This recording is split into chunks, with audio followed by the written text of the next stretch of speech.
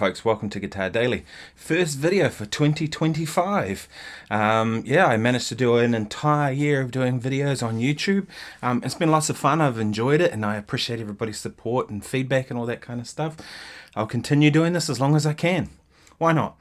Yeah, as long as you're watching and you're into this, then I'll keep making videos about guitar stuff. So today I thought I'd talk about some stuff and sort of a recap of 2024 and what I changed my mind about things. Because, you know, we're always learning and nobody has it figured out, right? We're all trying to figure out what's what and how to do stuff. And here's three main things that I noticed that I changed my mind about. First thing was P90 pickups. So in part, I'd kind of given up on P90 pickups. I had one guitar with P90s, which was this guitar, and it had the original Paul Reed Smith P90s in it, which were quite hot. They definitely weren't vintagey. They were very mid-rangey sounding, and I never enjoyed them. And I thought that's how P90s were, right? And I played a bunch of other P90 guitars before, but I never really owned one.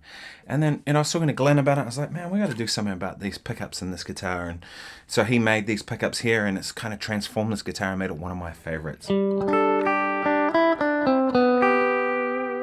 just sounds beautiful.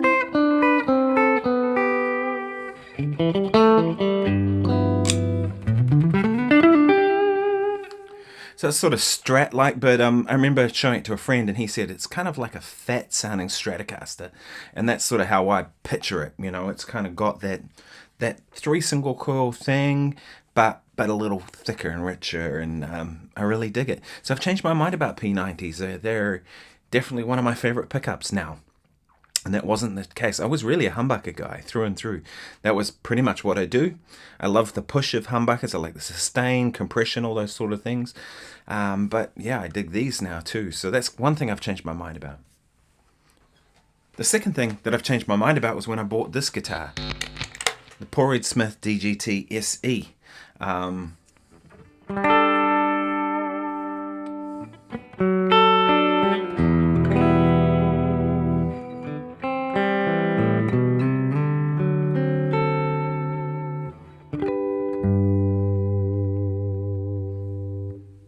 And what I changed my mind about something was tremolos. I hadn't used a tremolo in such a long time.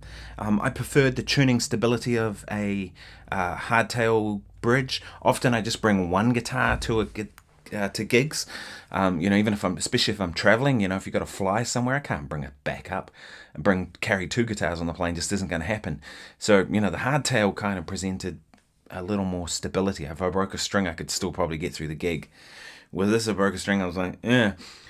But then I bought this guitar, and I bought it for the show We Will Rock You, because I really wanted like a two humbucker guitar, kind of like a Les Paul, but with a tremolo, and then with coil taps and all kinds of options like that.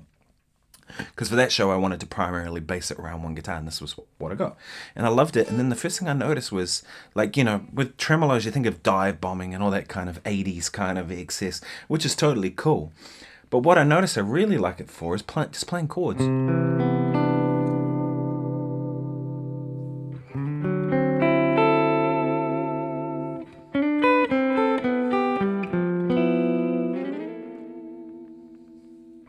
just adds this shimmer to chords, and I love it for that. I don't tend to use it any more extreme than that, This guitar does not have locking tuners, so... And actually, funny enough, neither does this one. No locking tuners on this either, because they've been replaced with Schowlers from the Paul Reed Smith ones.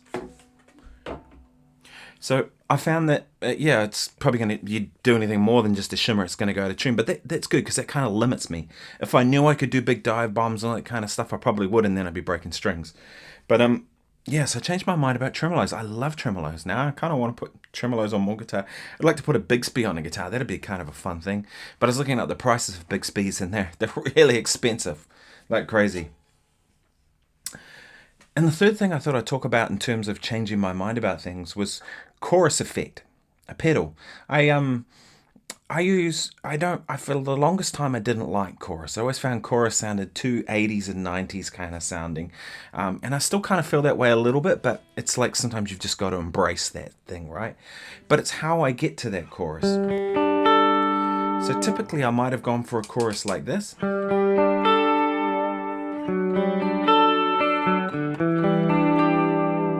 Which is in the fractal.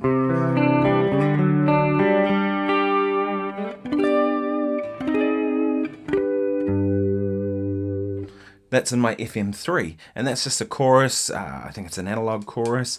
But so what I've been doing lately is using the whammy pedal for the detune function on the shallow function, which sounds like this.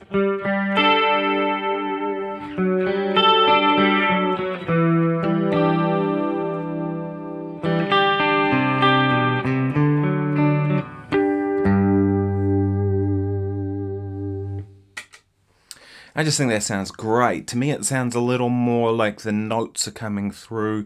But the big advantage of this is because now you have a pedal that you can change the amount of chorusing. If it's too much, I can just dial it back a little bit. Or even more so, I can be playing a part where maybe I don't want any chorusing at all, and I'll just dial it right back. So no chorusing. And then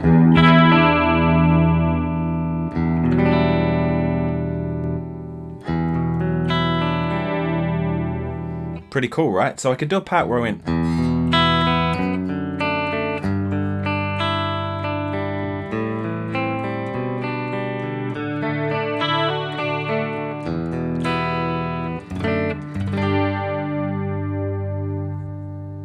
So there I just brought the chorusing in on the D chord and then on the G chord. So you can see I can be very selective about where I want the chorusing effect to come in.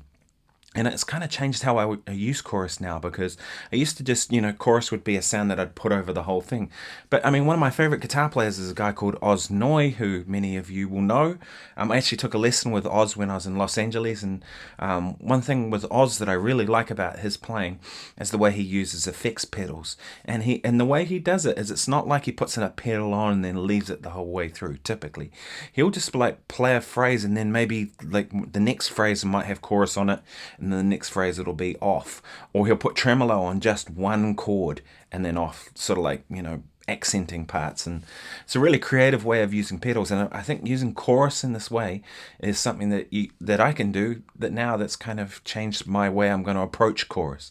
So I dig that with the whammy. And the other benefit of the whammy too is I can always just put it onto an octave. So while I might have used an octave OC2 for the longest time, this gives me dual function.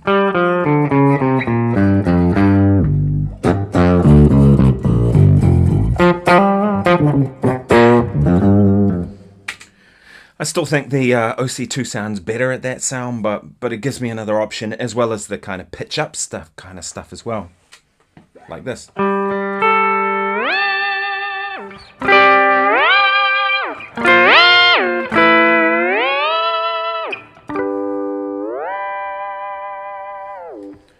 Which can be a neat effect, just for another sound. So I've that's kind of changed my thing, and I like dual function pedals like that, which is one reason the Blues Disorder is on here, on this board, because it has a OCD setting and a Blues Breaker setting in the one pedal.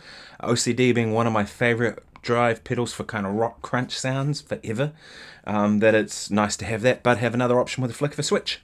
Powerful. Anyway, thanks so much for watching. If you found this useful, please like and subscribe. I post every day here on YouTube. This is a daily thing I do. Guitar, music, theory, my life as a gigging pro musician, all these sorts of things I talk about. So yeah, if you like it, please like and subscribe. Otherwise, I'll see you tomorrow. Cheers.